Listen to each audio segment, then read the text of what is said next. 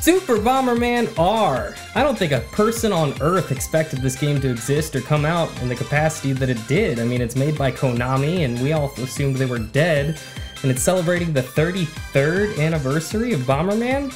It's a pretty weird number to celebrate. Kinda just seems like this game came out of nowhere. Now, it's been 7 years since we've had a good Bomberman game proper, so let's dive in and see what we can expect from this newest installment. Holy crap!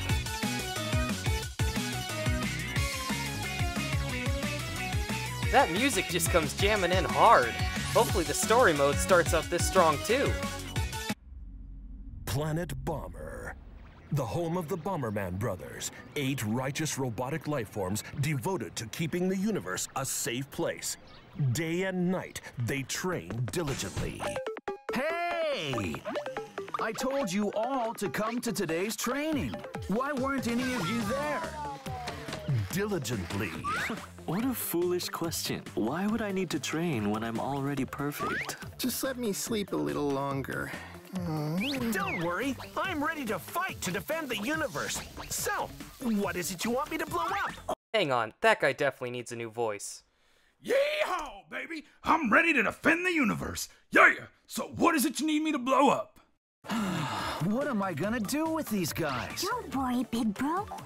I know exactly how you feel. You do, Green? Wow. You're the only one who understands me. I'm not strong like the others, though. So I've been thinking about what I can do. And I think that I should eat a burger to build up some body strength. Come again, burgers do what now?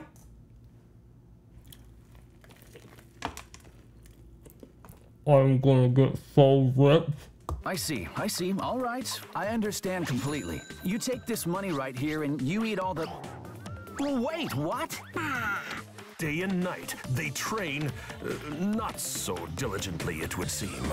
I can't take this anymore.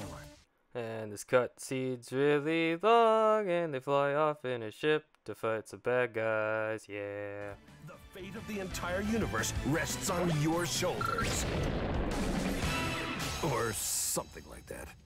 Well, was it that, or was it just something like that? Something like that. Alright, that took forever. Let's finally play. Planet Technopolis, the 5th and outermost planet of the starry sky solar system, whose surface is now completely mechanized. Planet Technopolis. So finally, after almost 6 minutes of cutscenes, the game gets going. And it's hard to control? It's impossible to convey in a video, but since stages take place on this slightly tilted grid, and you're using an untilted D-pad or a full 360 joystick, it just don't quite go where you want to go. It's a small thing for sure, but it will result in a few unfortunate deaths. Now it's clear single player wasn't the main focus of this game. While it's drop-in co-op with one other friend, the two of you share a single pool of lives for some reason. However, the stages are colorful, the enemies are cutely designed, and it's an admirable effort. It's something worth at least fooling around in. Every stage tasks you with a different objective, whether it's killing all the enemies, hitting all the switches, finding all the keys, or the absolutely horrible escort missions. Seriously, they're really bad. Don't play them with a friend. In addition to these objectives, you also spend each stage looking for power-ups, which will stay with you throughout the entire planet once collected. It's a simple formula: blow up bad guys, find some power-ups, complete the objective, reach the goal, lather, rinse, repeat, and try not to die. Surprisingly, whether it's due to the slightly weird controls, the unforgiving hitboxes, or your own stupid self getting trapped in a corner, this game is pretty hard. You'll find yourself at the game over screen more than you think you will, and this is where things go downhill. Upon every death, you're forced to buy a continue with in-game currency you can only obtain by playing and winning matches of multiplayer, or entire planets of single player. Now this is the single stupidest design decision in the entire game. It seems like something that some stupid mobile game would do. It essentially locks you out of playing unless you wait a certain amount of time, or in this case, you know, you have to play the game more to get more of these gym things so that you can keep playing. It's just a stupid decision that doesn't really make any sense, especially when if you want to buy, you know, different stages, different upgrades, different hats, which are clearly the most important thing this game has to offer, you have to spend those gems as well. It seems like this is the type of thing that they were going for, that they wanted to sell these gems for actual money, but somewhere along the line they decided they couldn't. Maybe it'll come out in an update that lets you do that in the future. I wouldn't be surprised, because that's the kind of system that it is. It's terrible, it's stupid, and it shouldn't be in the game. The 10th stage of every planet is a boss battle against a giant robot. They're pretty entertaining and a nice change of pace, but get ready to hear whatever their catchphrase is over and over. They also have quite a giant health pool, and you'll have to bomb them more times than you want to, and they can drag on for a little while too long. The multiplayer here is just about everything you want it to be. If you've ever played a Bomberman game before, you know the drill here. Scramble for power-ups, blow up the other players, and be the last man standing.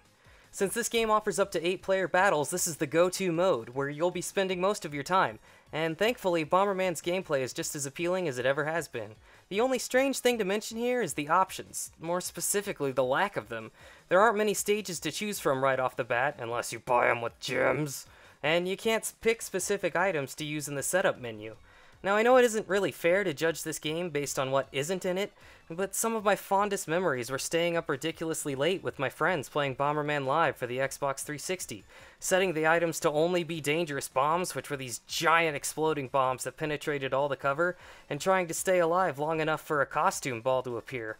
At which point all those who were still alive would ignore all hazards and concerns for personal safety and scramble to grab the costume ball, which would permanently unlock a new costume piece for your character. So if you wanted to be a dinosaur astronaut bomber or a Professor Snape ballerina bomber, you darn well could be. None of those things made it into this game, and while it still plays well and has tons of fun to offer, it did disappoint me that fun little features like this didn't end up making the final cut. So finally we have the final pros and cons for this game. On the side of the pros, you have the great art style. It's really appealing to look at. It's fun, it's colorful, it's catchy. You have that classic Bomberman multiplayer. It really, you know, fills a gap on the Switch right now. It's something that you can play with your friends, have a great time playing, and it's just a really good addition to the Switch launch lineup. Lastly, we have the addition of a co-op campaign. Although it's clearly not the focus of the game, it's a nice gesture, and it's something that you can play when you want to take a break from, you know, working against your friends all the time. And for the cons, we have horrible, laggy online gameplay. I tried to get footage of playing online for this review, and it's terrible. It was so laggy that you couldn't really describe how bad it was. Like, you'd press a button, 10 seconds later you'd finally move. Now, after having filmed everything I did for this video, a patch was released that's supposed to address that, but take it with a grain of salt. I wouldn't expect it to be light years better than it was.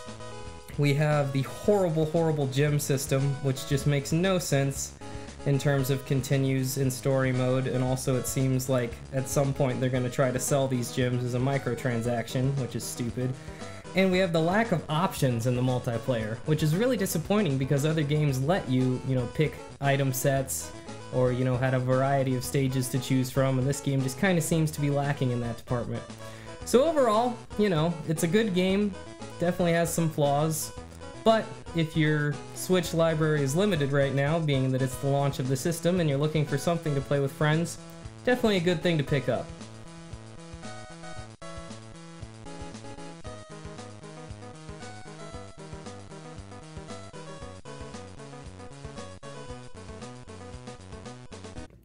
Oh, I didn't know there's pickles in it.